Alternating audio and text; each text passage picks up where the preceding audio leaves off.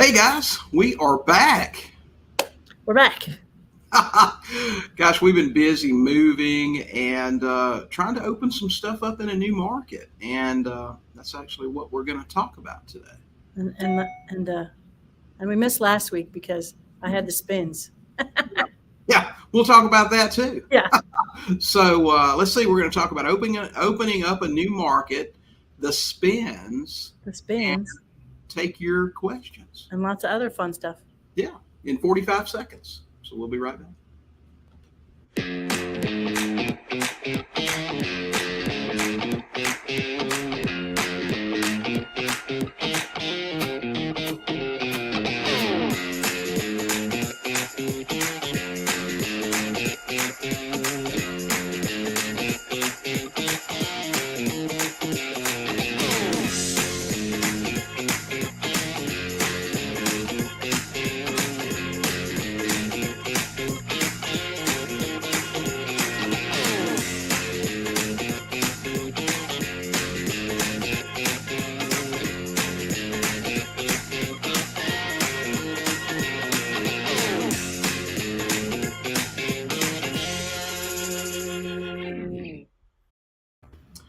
Good morning, sub-tubers. I love that song.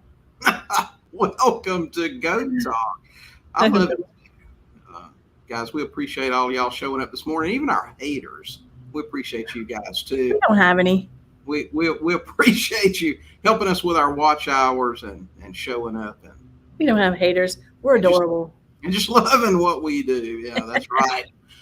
If you're on Facebook, we'd like to ask you to visit us at YouTube and subscribe to that channel. We release a lot of videos every week, and you can do that at sub2tv.com. If you haven't already subscribed, please do so. Get over there and do that, guys. We're going to talk about, a couple of things this morning. Sure. We've moved again, so some of you guys know that, some of you don't. We're trying out a new market, a local market. I love local stuff. We're kind of nomadic. Mm-hmm. Yeah, we have been for about a year. We've been wandering. Yeah, for sure. If you're here with us this morning, say good morning. Let us know where you are. Facebook user, hey guys, go to StreamYard.com/Facebook, I believe is the link. And then we can see your smiling face. We'll know who you are, who we're talking to. And we got Orrin here this morning. Orrin and his partner, man, they're doing some deals all across the country. So good morning. Good to see you. So meditative mindset. Good morning to you. Good morning, second Facebook user. Everyday Evangelism Encounters. Good to see you here this morning. All of you real estate investors. If you guys have questions, let us have those. We're going to get to as many of those as we can this morning. And we've gotten some that we get through email and comments on Facebook. So what do you want to start with, Jodi? You want to tell everybody about why we missed last week? Well, I woke up on Sunday, a week ago Sunday, and I sat up really fast out of bed, and then I fell straight back because I was like, woo, my head was spinning, and I ignored it for 2 days, and then I finally went into the doctor, and they just said I had vertigo, which isn't, life-threatening or anything like that, but boy, is it a pain. Mm-hmm. Yeah. I mean, like dizzy all the time, like tipping over. And then it makes you kind of sick to your stomach too. So anyway, that's why we missed last week, because I don't remember exactly what happened right then, but I was like, I can't do this. Yeah. It was really scary for a while because a lot of those symptoms are the same as with a stroke or a heart attack. So we were in the hospital, all day doing a bunch of tests before they knew. And that one nurse got me all worried about it. He was like, I'm kind of worried. I'm kind of concerned. I think you need to go over to the emergency room. And I'm like, oh, I thought it was, going to croak. Yeah. But she did. So we had a kind of a good excuse for missing last week. Absolutely. But anyway, everybody's good now. I think most of the spins are gone. Yeah, mostly. Yeah. Okay. Little quick moves. I still get a little tipsy. Yeah. So, gosh, we got a bunch of people jumping on. Allie's here. Guys, if y'all need a CRM, we're going to talk about that a little bit later, too. You know, the forms and the follow-up. We can hook you up. Yeah, Allie can hook you up. Actually, if you go to Sub2 CRM, I think we got a banner for that, Jodi, the producer. Yeah, I'll find it. I'm trying to find where each little check it out. Banner is. Allie will take care of you over there. So that's what we use actually right now. And we're following up with our sellers and people that aren't quite ready. Allie and her team, they're great for customer service. Awesome. Yeah, for sure.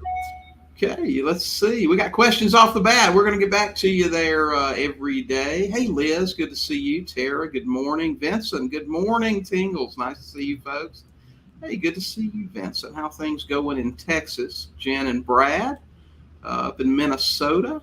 And Tim Callahan, where you been, Tim? Haven't seen much of you lately, man. Yeah, you were flipping houses and doing all kind of stuff, and I guess you took all that money and went on a vacation. I haven't seen you much lately. All right, guys. Let's see. Let's go ahead and take a couple of questions. Everyday Evangelism Encounter says, how do you door knock pre-foreclosures? You know, that's an interesting question. It's one of the things we're going to talk about today, because we've been doing that. We've actually gone out and met with a bunch of people over the last week or so on foreclosures. And really, it's not that complicated. They're just people. You knock on the door. Most people aren't going to answer the door either. They're not, depending on the time of day you go, they're not home, or they just don't answer. You run into a certain number of people that answer the door, and then when you ask for them, they say, oh, they're not here right now. And, you know, that just happens. But, you know, we've probably knocked on, 40 plus doors in the last week or so, and have had no, you know, you hear all the fear, you know, things. Oh, they're going to chase me off the porch with a broom or a gun or something like that. But most people are very friendly.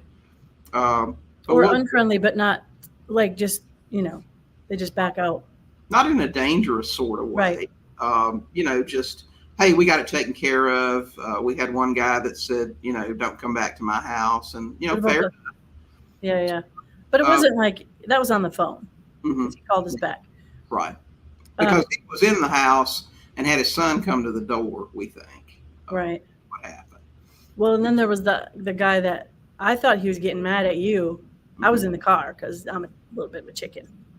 And also, I don't feel like it's good to like bombard them with too many people at the door. Right. But that guy that came out and he said, this is the first I've heard of this. And he was so mad. But he wasn't really mad at you. It turned out he was just mad that I think maybe his wife didn't tell him about it or something. Right. Yeah. That's, you know, that happens occasionally too. One person hides it from the other person because they don't want to deal with it and everything. So anyway, it just happens. But he's like, man, I'm freaking the blank out, and you know, just all this stuff. I wonder if you really. But he did say, I want you to. But he did say, I want you to come back in a couple of days so we can talk to you about this. What we do, my approach is just really pretty simple. I knock on the door, step back so you're not right on the door. And when they open, I'll ask for the homeowner by name. I have, you know, Joe and Tom, or, you know, whoever, Joe or Tom or Betty or Bob or whoever. I'll say, hey, is Bob home? And they say, oh, well, I'm Bob. Okay. Hey, Bob, my name's William. And I understand, you know, the bank's trying to take your home. They've hired lawyers to help them do it. I'm here today to see if there's any way that I can help you. And I mean, you know, I don't hit them with, hey, can I buy your house or any of that stuff. My first approach is to help. And so what can they say, really? No, we've got it taken care of. How can you help me? We had a lady yesterday say, well, how can you help me? So I got to tell her about a few things that she could do. And interestingly enough, that was a pretty expensive house. And we think she was just prepared to let it go back to the bank. And may, you know, I don't know that.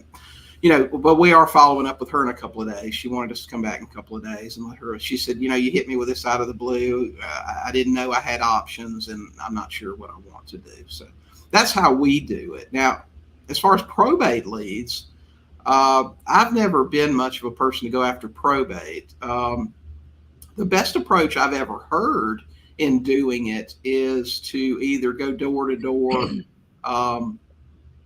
and let's say the one house on the street obviously is a probate lead, the rest of them probably aren't. At least door knock on all the doors around and do it in a very generic, we're looking for houses to buy in this neighborhood. Now, some investors use a much more direct approach, but that always sounded best to me. And if I were going to do it, that's probably what I would do.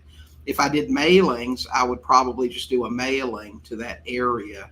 I wouldn't mention anything about the situation. It would be just a very generic sort of, we're looking for a house to buy. But that's just me.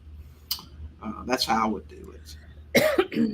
I think some people probably have a direct message, but they've probably, worked it out and tweaked it.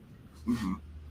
I think I think there's a very narrow place to be direct. Right.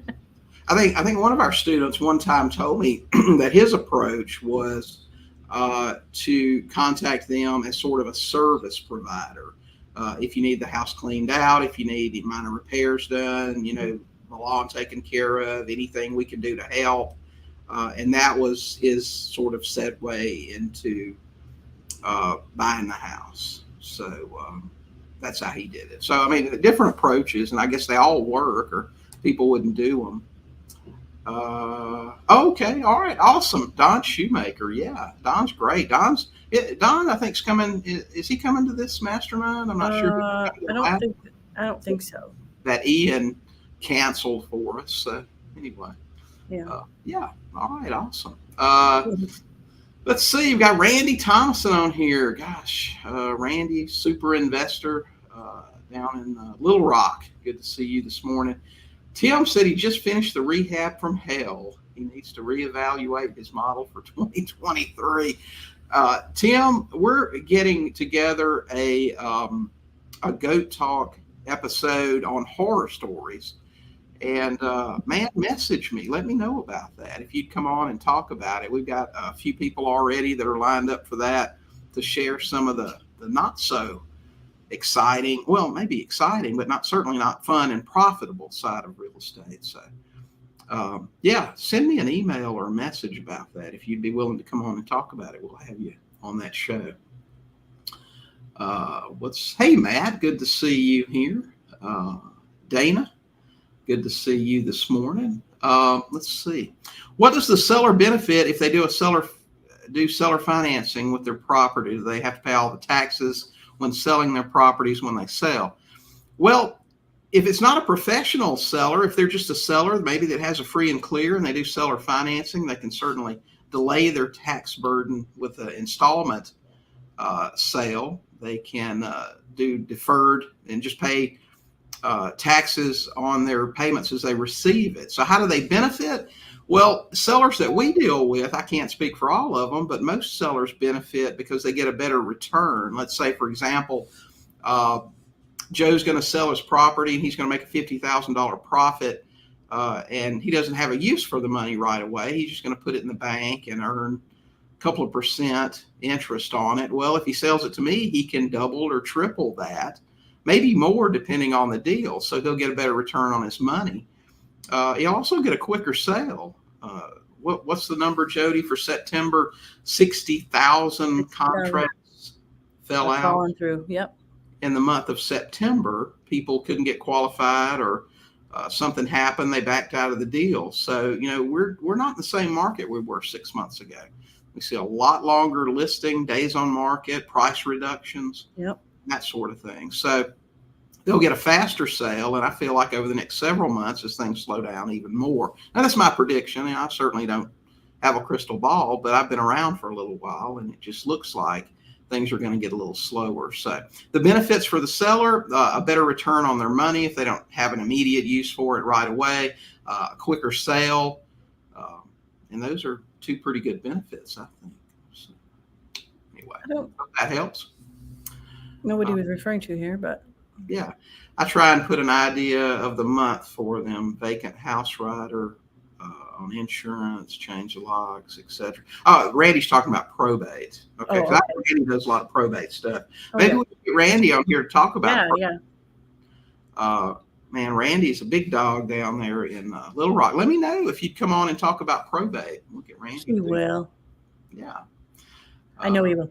He's a busy guy, though, man. Every time I talk to him, he's in his car or flying somewhere to some island or Cancun or somewhere. So he gets let's see. What else we got? Any other questions? Vincent, I'm in Texas and lease options are tough to do here. How do I market looking for a wrap buyer? What do you write in the ad? I'll tell you, Vincent, I know an investor who only markets for buyers in Spanish. He claims that, that Hispanic buyers are the absolute best. They have more to put down. They pay you. They don't get the house back, things like that. So I don't know, that might be an option for you. As far as looking for a buyer, call real estate agents that have houses listed in the area. You can find the signs, drive around where your house is, call the agent, say, hey, have you had anyone interested in the house here that couldn't qualify? I've got a house, we'll sell it to them. You can do that. Of course, signs are great, signs at the house, directional signs. Make sure you get it on Zillow. Facebook Marketplace is really good and it's free. Call mortgage brokers that haven't been able to qualify people. The same thing we do anywhere else for buyers. And you'll probably find somebody. There's a lot of people now that can't qualify. And I'll tell you, I was telling somebody this the other day that I believe before this is done, we'll have A credit borrowers buying our houses, because if you buy a house subject to at 3%, you can sell it to them for 7 or 8% if rates are 10 or 11 or whatever. And we don't charge junk fees on our deals either. All those points and stuff that a bank will charge you. Yeah. So even if it's the same interest, they save a lot on fees. Right. And some, as it gets tougher, banks will be requiring a larger down payment. If you only require 10 down and most people have to pay 20, just do the math. It makes sense. Mm-hmm. So, hey, Tim said he'll, send me that message, Tim, and we'll get you on that horror show. Is that 60,000 loans nationally? Yes, I'm sure that is, yeah. But that's still a lot. A lot of loans that didn't close. So that's a bunch. When people have been paying 50,000 over asking price, and now they can't get things to close. My name is John L. I'm looking to purchase the same documents you use when closing a deal. Are you able to help me with that? I can. Well, as a matter of fact, I can. If you'll go to Sub2 University, I think we've got a banner for that. I think so. Lovely assistant has that. We actually have a package called Contract to Close. I'll explain how to fill out every document that we use to purchase, if that's what you're talking about. I will tell you this, John, as with any course that you buy, you need to have those documents reviewed in your state. Make sure everything's compliant. There's, for example, the sales contract in some states that have foreclosure protection laws, you'll need special verbiage in there that give them the right to rescind the contract. You even have to, they're even down to the size of the font in that contract. So make sure you have those reviewed, or have an attorney draw that stuff up for you. But that's what you want to do. You want to make sure you have them looked at. But that's the same document package we use, and I explain on video how to fill out each one. So yep, step by step. Step by step. It's so easy. Hey, Rebecca, good to see you. Let's see. Anything else we got? Yeah, I lost track of where I was here, but okay. Dave. Rebecca, I have older neighbors on either side of me. Both have mentioned they want to put their house on the market. Well, Rebecca, you need to go over there and talk to them and say, just have a conversation. They're putting them on the market. What are they going to do after? And don't be afraid to ask them. If they say, well, the house is free and clear and I'm going to sell it for $200, say, well, Mr. Jones, you sell it for $200. By the time you pay your realtor and everything else, you'll get about $180. What you going to do with that money? Okay. And, most times people will tell you, well, I'm just going to put it in the bank and, we're going to live on that. That's part of our retirement. Well, listen, What's the bank going to pay you? Because here's what I can do. And then either use those guys, if they won't sell it to you on terms, go after them once they sell it for being your private lender. That's how I got my very first private lender.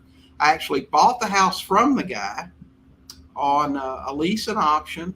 When my tenant buyer exercised in a couple of years, by the end we had a relationship. He got a check from me on time every month, so he knew I would pay. I drove his check out to him after the closing, drove it out to his house to hand it to him, and said, "Well, it's been great doing business with you. What you gonna do with that money?" And he said, "What you got in mind?" So he was my lender for several years. So that was What great. you got? Yeah, what you got in mind? So, just wanted to put it out there. I do transactional lending, short-term private money. Would love to do a deal with you, William. Vincent, let's talk. We were just talking about the deal that I mentioned earlier, the lady that may just walk away from the house. I've got a feeling she's got she said it'd been quite a while since she made a payment, so her arrears are pretty high, but this would be like a 50 cents on the dollar deal on a really nice place. So let's talk. Always looking for private lenders. All right. Yeah, we'd rather use somebody else's than ours. Mm-hmm. Oh yeah, we got to keep ours in the bank for Jodi's shoes and yeah. Oh my gosh, all that stuff. Her shoe collection. Yeah. I'm not a shoe girl. All right. Okay, let me see. Here we go. Know anyone that does good lists, search criteria on PropStream, watch their basic training videos. We should probably have Burton back on here. Burton does a monthly training in our Sub 2 Max deal. He, as far as good search lists, I'll tell you, some things in some areas PropStream isn't as up to date on, and in conversations with them, and it makes sense. It's not them so much as the reporting. But as far as pulling lists for vacant properties or out-of-state owners, things like that, we did that a few times, and that was really tough. And now the texting laws and the do not contact, they're so strict, that can be a little bit problematic. I'll tell you, my preference is to contact people that have raised their hands and said, I've got a problem. They want to sell their house, they've got something going on, that sort of thing. But I tell you, we'll try to have Burton back on here. And a good title for that show would be the absolute best list and search criteria for PropStream. So, we'll try to do that. Yeah. We'll make a note of that. Burton's great. And have him back on here. Burton can answer all the questions. We've actually got the next couple of GOAT Talks, we're going to have some awesome guests on here. Bill Bronchick's going to be on here with us next week to talk about trust. We've got so many questions about trust lately. I don't know, that seems to come and go, but so he's going to be on next Thursday to talk about trust. And then the week after that, we're going to have Nathan on talking about wholesaling. If any of you guys are interested in that sort of thing. So, we're going to have some really good guests. Richard, hey there. Thanks so much for making yourself available, helping us. You're quite welcome. I was a newbie one time, too. I get it. I want to focus in the terms business. Me, too. I love it. What percentage of hot leads end up being wholesale? What percentage sub 2 and wrap? I'm telling you, that's changing every day, Richard. A lot of wholesalers are getting out of the business. It's getting a little bit tougher. I mean, for the last 2 years, I've been amazed watching these guys pay 99.5 cents on the dollar for a house and then still marking it up and flipping it. That stuff's over. What percentage are going to turn into a sub 2 wrap? Historically, a couple out of every 100 that you actually have a conversation with. So I think that's going to be, I think those numbers are going to be a little bit better too here in the next few months, but that's just my opinion. But I would say, and I would still say, 1 to 2 out of every 100 people you really have a conversation with. Now that's not trying to call them and they don't answer. Okay. That's having a conversation. So talk to as many people as you can. And that's why we say talk to sellers, buy houses. You got to talk to them to do that. Rebecca with the neighbors again. It's easy. I want to make an offer on either home. Do you have certain questions you want to get answered before? Well, I'll tell you, Rebecca, um, I just really try to have a conversation with them. If they're your neighbors, you already know them a little bit. So, I mean, you've already got a leg up on just me knocking on their door or sending them a postcard. Already, it looks like from comments here, they're moving to Turkey. The house is paid off. Both houses are paid off. Okay. Well, before making an offer, there was the end of that question. Right. I think I always feel like it's better if you know the person. I feel like it's better to know as much as you can on online about what you're walking into. You pretend you don't know it, but you know it, so that you know what to ask, and you know what I mean. I think it's better to kind of have an idea. Then if they're full of baloney, you know it. Right. Yeah. I would just simply, like I said, just initiate a conversation. Do they know that you buy houses? Do you market heavily? I mean, do you, especially, that's why I tell everybody you meet should get a card. You should have magnetics on your car. I mean, if you put out banners, and people should know you as, that's Rebecca, she buys houses. Okay. So if they already know that about you, you can just go and say, listen, I heard that you guys want to sell your house. I'd love to talk to you about buying it. Would you, and talk, and then, well, would you, ask them that hard question. What you going to do with that money? They want to sell their store before they move. No one lives in the other home. She was given to it. So that's an excellent, especially if these people are older and that's going to be part of their retirement. They plan to invest that money or do something with it to live on. I would ask them, would you guys be open? Go ahead. Rebecca's just got like a lot of fun follow-up. They make vodka. Comments. Oh, wow. Okay. Well, you bought the one next door. Well, gosh, good for you. Just ask them. I mean, do you guys need the cash, or would you be open to a terms deal that'll get you a better return on your money long term? They'll say yes or no. If they say no, tell them, listen, I can make you a cash offer, but it's going to be an investor. That's the conversation I have with people. I can give you a cash offer. It's going to hurt your feelings, but I can do it. Right. But here's what I can do. They say they want $200 for the house. One of my offers may be $210. Okay, I may offer them more than their asking price, but the terms are going to be good for me. Okay. Let's see. John L., I'm not sure if you covered this, but do you put all your properties into one land trust or LLC to a trust? John, every property needs to be in its own land trust, or just trust. Let's just call them a trust, okay? Every property goes into its own trust. The beneficial interest of that trust, in my opinion, should be an LLC. Now, yours may be different, but chances are no, it won't be different. And you can have a couple land trusts in an LLC. Right. I mean, you could probably have as many as you want, but that's not the best idea. Right. My preference is I look at how much profit is at risk.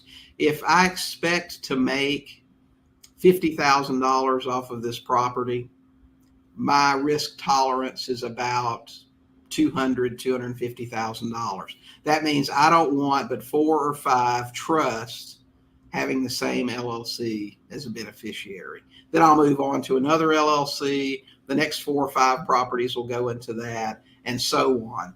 As properties cash out of LLCs, then you can put new ones in that. So you'll find yourself, depending on your volume of buying and selling, needing probably 5 or 6 LLCs to do this. At least that's my experience. Right. So yours may be different. Well, let's see. I think we caught up. Are we caught up? Okay, awesome. For the moment. Right. Well, if you guys have questions, just throw them in there, and we'll get to them. So we're going to talk about opening this new market here and getting to do some local stuff. Guys, it's so fun. I haven't done it for so long. Yeah, I know. I love local, and it's being the house person, like we talked about earlier. Rebecca buys houses. When I was local before, that's what I did. People would see me. Oh, that's William. He's the house guy. So, and that makes life so much easier because you get a lot of referrals, and people just stop you and say, hey, I've got a friend that needs to sell.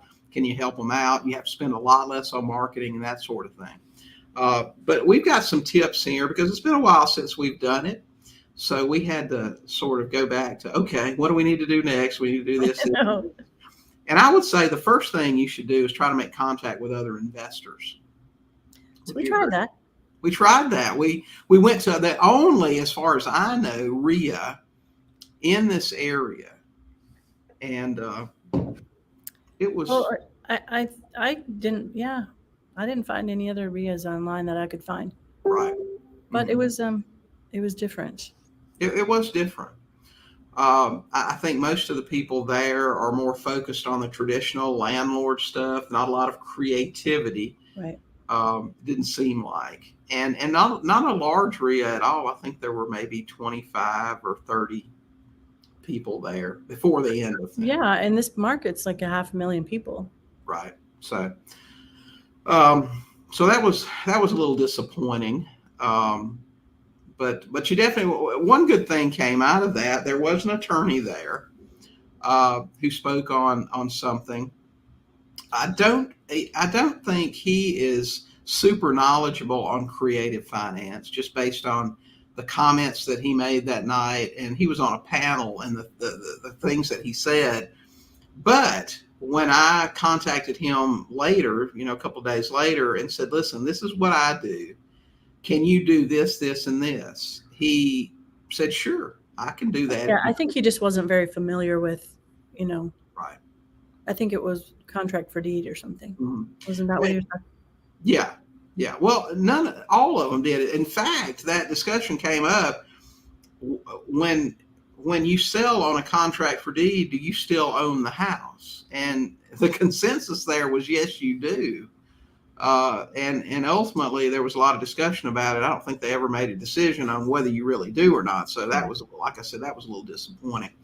But I don't really care if the attorney that's working for me knows what can and can be done. In fact, I would like them to not have a real strong opinion on what can't be done, because then I can say do this and they go, all right.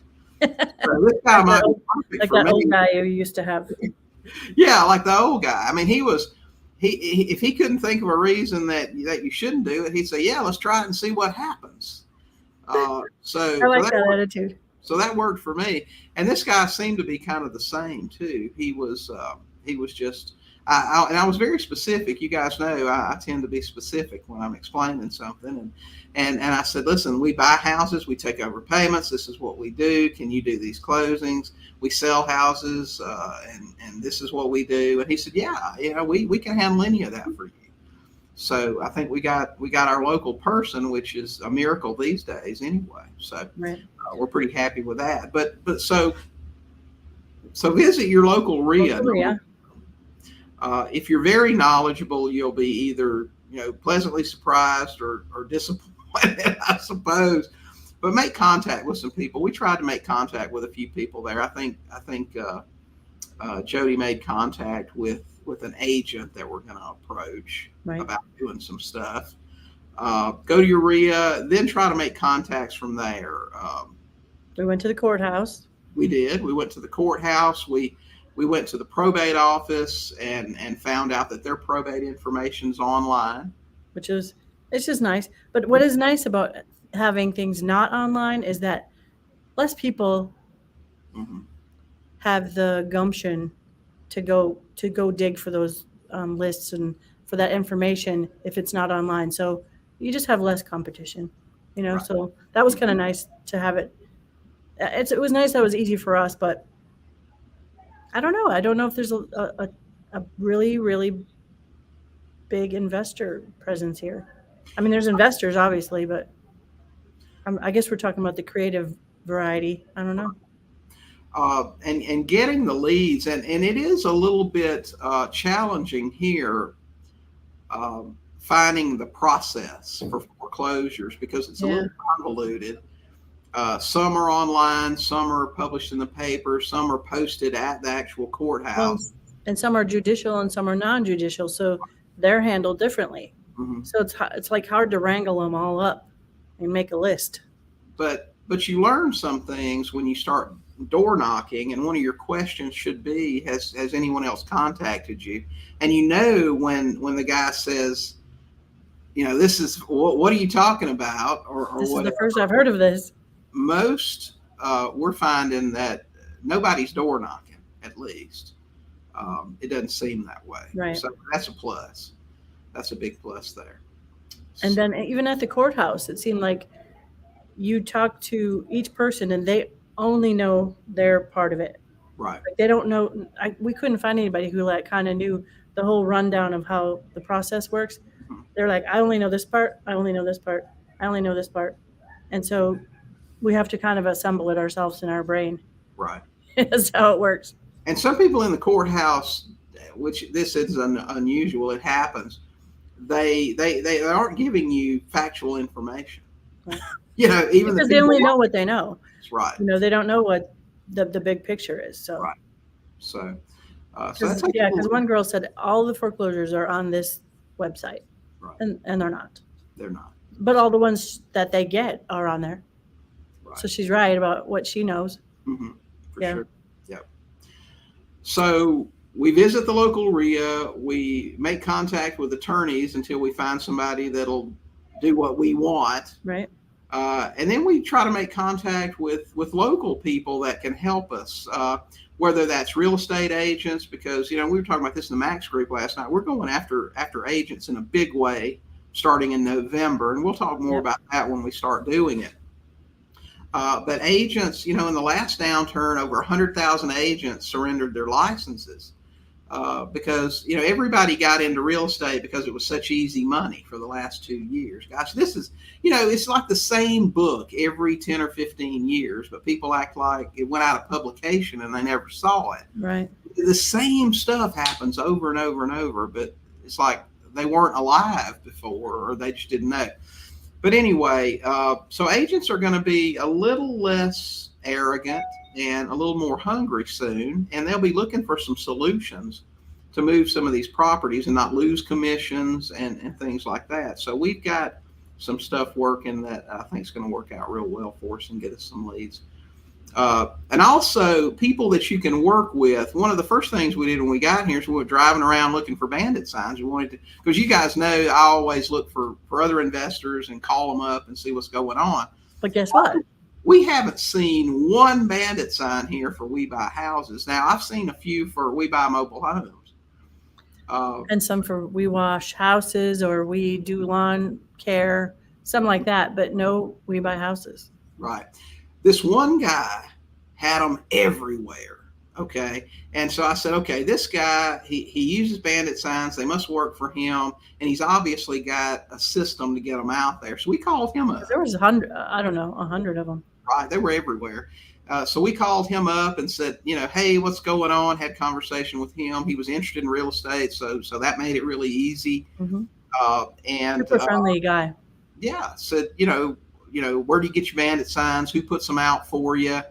And he said, yeah, we do a bandit sign run every 4 to 6 weeks, and I pay them X to put the signs out. And I said, well, listen, do you think your guys would, same stops, we don't compete, put my sign out a couple of feet away from yours for an extra $1 a stop? And he said, they'd love to do that. And I said, they just doubled their income. So we ordered our signs, and they're going to put those out when they do their runs, 100, 125 at a time. So we already got a person who will put them out. Mm-hmm. For $1 a piece. Yeah. So that's what you want to do. Make contact with people. It's helpful to them. They're going to make the same number of stops and make an extra $1 a stop. And it's pretty cool. So they should be fine with that. Mm-hmm. They're already doing it right now for $1. Now they'll do it for $2. Right. So. Okay, we got to catch up on some questions. What else did we do? 40 minutes. We made the connections with him, door knocking. And don't forget, when you're driving your foreclosures and your door knocking, that's an excellent opportunity in a new market to get to know the locations. We already know places now. If there's a house here, we're probably not too interested in it for a couple of different reasons. Maybe it's too far out, or maybe it's just not the part of town that we really want to be buying in. So we did visiting the courthouse, door knocking, foreclosures, making connection with people you can work with, making connections with agents, visiting your local RIA, contacting your attorneys, getting all those things in place. Make sure you've got business cards, so every time you meet somebody, you can say, hey, this is what we do. Okay. You want to go ahead and establish yourself. Man, we've been busy in the last 2 weeks. We have been busy. We've done a lot of stuff. I didn't realize we got so much accomplished. Yeah. Radio stations. We've already made contact with radio stations here, and we're negotiating prices to get on the radio. So, yeah, we've been pretty busy. Okay, so let's catch up on some questions. Let's see. I'm not sure why that's flashing on and off. Hey, Oren, good to see you here today. When selling a house with seller financing, do you add a prepayment penalty? Absolutely not. And if so, how many years and what's the penalty look like, flat fee or percentage? There's a couple of reasons we don't do it. Number one, if you're concerned about Dodd-Frank, I think Dodd-Frank pretty much rules that out now. That's not a good thing to do. I don't care so much about Dodd-Frank as I do just trying to make things super simple and easy for my buyer. Why do I want a prepayment penalty? We had this conversation yesterday. We want them to refi out. Absolutely we do. So we're going to get paid 3 times. When we buy the house, cash flow, and the back end payday. And as I told you guys in Max yesterday, there's a couple of reasons that I want to make things really easy for my buyer. I want to be just a hero to those people, first of all, because investors have a bad reputation as a rule. We're equity skimmers, we're crooks, we take advantage of people, we prey on people that are having problems, whether it's buying the house, people in trouble, we get a good deal on a house, we took advantage of them. We sell a house, we take advantage of those people because they have bad credit. Listen, there's not a single buyer that I've sold to on the 12-house blueprint model that I've been doing for 12 years. They can say I took advantage of them. The only closing costs they paid were attorneys' closing fees. They paid no points, no junk fees to me. There was no prepayment penalty. They could refinance anytime they wanted to. And we sold them a house at a fair price. Now, we do mark it up 8 to 10%. We get a premium price for our house, but I'll tell you, if I've got a house that's legitimately worth $200,000, in most markets, if I called 5 appraisers, I would get appraisals varying from 180 to 220 probably. So I don't have a problem selling that $200,000 house for $215. Okay. Is that price negotiable? If somebody said to me, well, you want $20,000 down, if I put $30,000 down, can I get this house for $205 or whatever? Well, maybe. Everything's negotiable, right? So it just depends. But prepayment penalties, no, we don't do that. Absolutely not. So second part of the question, we just don't do it. I love it when the ladies at the courthouse call me and say, did you know about this house? Absolutely. It sounds like Rebecca is the house person. So, Rebecca, they're calling her. Yeah, I can't imagine you having a problem with your neighbors unless there's some reason they need that money. I'm sure you sound well versed enough to explain to them how it's more beneficial to them to be able to do that. Is there training in the $7 club that shows how to set up land trust and the LLC associated with that trust? Not video step-by-step stuff, Brad. That's more advanced stuff that you'd find in the Sub 2 Max group. But remember, Bill Bronchick will be here in the $7 coaching and, of course, here on YouTube. We'll be doing a live here next week, and you can ask him all the questions you want about land trust and the LLC. So be on that call. Don't miss that. Bill's how I learned to do trust years ago. Mm-hmm. What buyer's pitch do you throw while door knocking? I don't throw a buyer's pitch at all. I'll tell you what I do. If you're talking about foreclosures, remember, I approach them strictly to help them. If they want to talk, and let's just say that I approach Joe about his house. I'm going to knock on the door. I'm going to say, hey, Joe, I understand the bank's trying to take your house. They've hired lawyers to help them. I'm here today to see what I can do to help you. Well, how can you help me? Well, have you talked to your lender about your situation? There are a lot of programs today. They'll work with you. They want you to keep your house too. Can I explain how that works? You get inside, you sit down, you start talking. Okay, well, for example, one program is to take what you owe and put it on the back of the loan and let you start making your payments anew. Mm-hmm. Why did you stop making your payments? Well, I lost my job. So if the bank did this with you, do you have a job now? Can you start making your payments? Yes, I do. Okay. Well, this is a good approach. You want me to get on the phone with your bank with you and help you get that set up? And we'll do that. Now, if Joe's answer had been, no, I still don't have a job, I would have said, well, Joe, the auction's in 3 weeks. The bank's not going to do any kind of loan mod with you if you don't have the ability to pay. What do you think you're going to do now? I mean, because the auction's in 3 weeks. Do you have a family member that'll lend you the money? What's going on? No, I don't know what I'm going to do. Well, listen, you don't want to lose everything here. Have you considered selling your house? Well, I don't really want to do that. Well, okay, but do you want to lose everything? I mean, looks like you've got about $50,000 in equity here, or whatever. I mean, you want the money to start over. You need a place to live. Anyway, you just gently explain those things to them and make them understand that selling might be the right thing to do in that case. And sometimes they get it, sometimes they don't. But that's how we do it. We approach to help first. If we can help them, we do. We're glad to do it. Doesn't cost them anything. But if the circumstances are right to where that help will really help them, then we go into how we can help them by buying the house. And that's what we do. I want to grab this question before it's kind of far behind. What about late fee charges? Yes, we do charge late fees. If they haven't made their payment by the 5th of the month, then they're going to have late fees. All those documents, it's all in there. The land contract documents. Oren is one of our Max students. Just pull those documents out of the guide and you'll see what our late fees are. They're very reasonable, but yes, we will charge them late fees. That's my expectation from people. We're going to give them a good house at a fair price with fair financing. We're not going to hold them hostage. They can refinance anytime they want to, but we do expect them to pay us on time.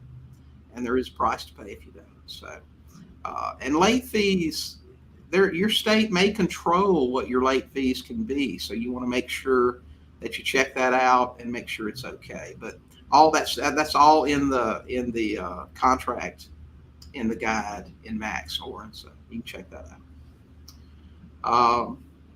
Let's see. Just purchase the documents. Do you ever give the seller money when doing a sub-2? If so, when and how much?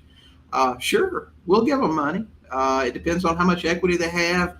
How much they want. But I'll tell you this, don't ever just assume, let's just say that their house is worth $200 and they owe $150. Don't ever assume that they want $50,000. I've sat down with people before. One example I can think of in particular, this house was worth about $100,000. It needed about $10,000 to work. They only owed about $30,000. Okay, so they had a ton of perceived equity. It was a lower priced home, but they had a lot of equity.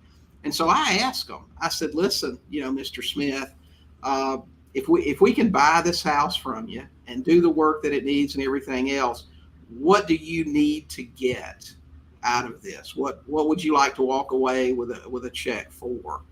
And the guy said to me, you know what, I would just like enough money to get into the apartment that I'm going to move to, $1,000, $1,500. So, that's the same thing with my first sub-2 deal too. Right. They just wanted enough money to move. Mm-hmm. So $2,000 is all they needed. And so that's what we agreed to. And what were the numbers on that though, really? I mean, there was a good bit of equity and there was a super nice place. Well, there was about 40 or 50 in equity, and I ended up selling it with a realtor, so that cost some of that. But yeah, after all was said and done, I made $24,000 on that one. and the seller, all they wanted was just enough to move. They just wanted out. They were getting divorced and they just wanted to walk away. I'm sure if I'd have said, "Do you want 24,000?" they probably would have said yes, but they didn't say anything. They didn't care. They just wanted you. They said, "Just take it." They didn't want to fix it up. It needed a little bit of work, 5,000 in work, but they didn't have 5,000, so they couldn't. If they would have had the money to fix it up and sell it, they would have done it.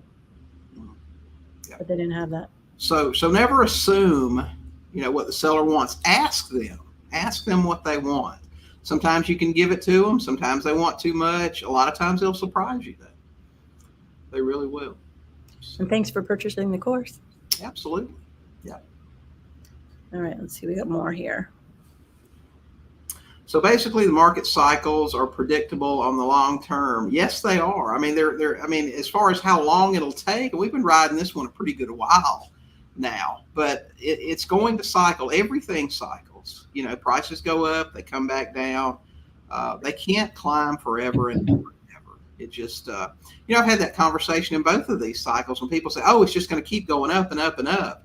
And I've seen some pretty well-known real estate trainers, a year ago, were saying, "Oh, it's just going to continue to go up. It's never going to go down." I said, "Okay, so you're telling me that the median priced home in Colorado Springs in the next 4 years is going to be $1 million?" I don't think so. I don't think it's going to work that way. Okay. Sure enough, it got up to what, 410, and now it's back down in the 390s or somewhere in there. You got a lot of questions. Okay, let's go. Nashville, Tennessee, Orrin here. I submitted an offer to an agent for a house that's been on the market 165 days. Haven't heard back from the agent yet. What advice can you give me about that? Contact the seller directly. Yes. And say, "Listen, I submitted an offer on your house. It's been on the market for half of a year, and the agent won't even get back to me. Would you like to hear my offer? Would you like to fire your realtor?" Well, yeah, yep. That's exactly right. Should I try to reach back yet? How would I help that agent? You submit an offer, they don't even give you the courtesy of a callback. I would not be worried about that agent.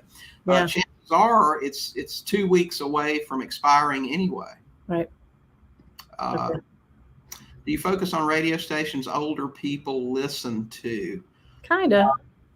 We're looking for blue collar homeowners, and no, not the, not the hip hop group. Right. No, not the young people stations. You want serious people that own houses that work for a living. What are the main stations? The talk radio. Talk radio, rock. Classic rock, and classic country. Yeah. Okay. Let's see. How does one approach a person in foreclosure? I reached out to him about 6 months ago when he was in the same situation. He told me, 80% of the people you talk to, Dana, are going to tell you everything's been taken care of. And you can ask the question that I ask most sellers who tell me either no or yeah, we got it covered. So, okay, do you mind if I follow up with you in a few days, a few weeks, whatever the case is? There's more to that question.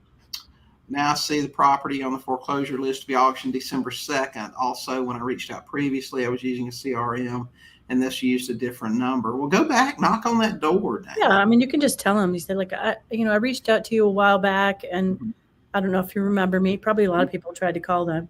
So just say I messaged you before, and you seem to have had it taken care of, but obviously something fell through, or Let me be your plan B. That's right. That's right. What's the best method to reach out? With foreclosures, number one is face-to-face. Okay. Said to F off. Yeah, well, it's easy in an email or a text for somebody to say that. I mean, if he's, he's angry. I mean, think about it. Maybe he thought he had it taken care of and he didn't. He's got to be super frustrated and maybe scared at this point of the prospect of being homeless at Christmas. I mean, if he's got a family or anything else. Right. Yeah, Matt, he sure does. And I'll tell you, some people, balk at the idea of paying for education. I'm going to tell you. Go ahead, Jodi. I was just going to say this comment is, I think, Yeah. I'm not sure. Some people, Rebecca, maybe some people, okay, but I'll tell you, a reputable teacher that will actually respond to your questions.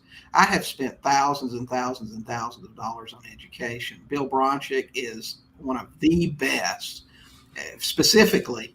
$400 for something that teaches you step by step how to do things the right way. An attorney, teaching you. Listen, I would take that over YouTube videos any day. And not to disagree with you, but I'm just saying,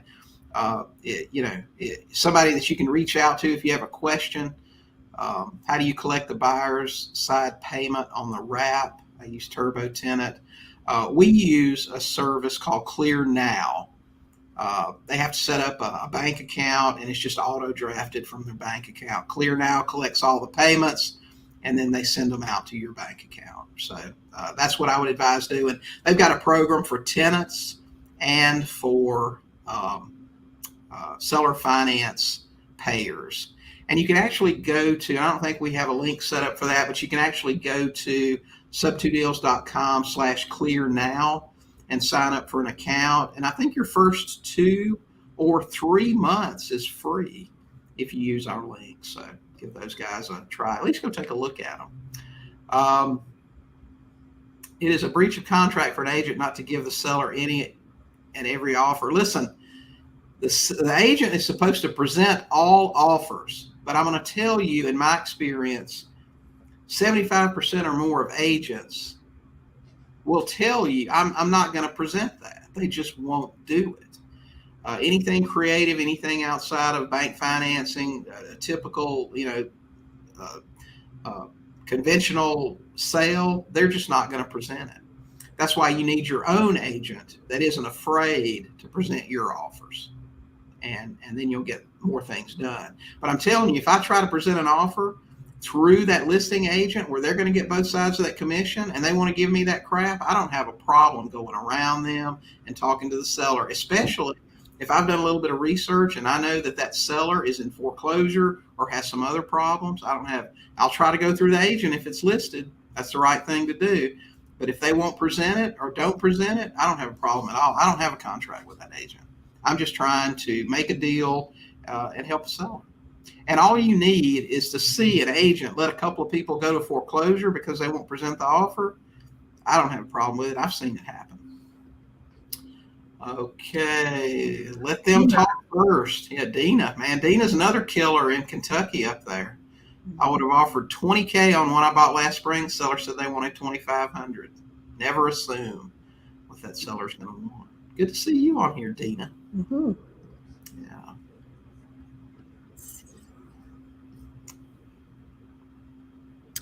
Well, some of these people are just talking amongst themselves here. So, Okay. Are we putting together questions? But we're right on the. We are. We're right on schedule. Okay, guys. Matt asked if we're putting together a Black Friday special. Oh yeah. Well, I asked Jodi about that the other day, so I don't know. We'll probably do something. Yeah, we'll do something. I'm not sure what it'll be yet. And it might not be the same as we did last time. Mm-hmm. Yep. Okay, so are we done? All right, guys. If y'all got any last minute? We got 1 minute left. If anybody's got any questions? No, we don't. Okay. Well, we appreciate all you guys coming out. Share the stream, if you will. Let's get as many people on here as we can. We love questions. Love to help you guys out. We'll do this thing every week. Remember, next week, we're going to have Bill Bronchick on here. We're going to talk about trust. If you got questions, that's your time to get in here and ask them. I don't know what he charges per hour, but we'll have him for an hour for free. So, hey, Pam, good to see you. Yeah, Brad, you're quite welcome. We appreciate all y'all. And that's it, man. I guess we're going to get out of here today. So get out there and talk to some sellers. And buy some houses.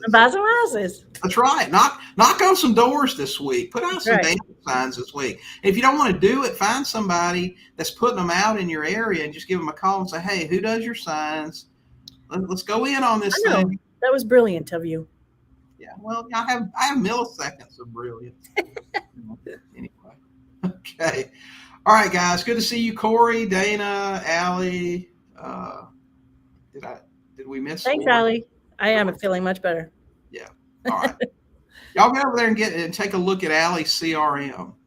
And that's a way to follow up with these people too. If they say I've got it taken care of and you're in a state that has a long foreclosure timeline, plug them in that CRM and talk to them. So, all right, guys, thanks for showing up, and we'll see y'all next week.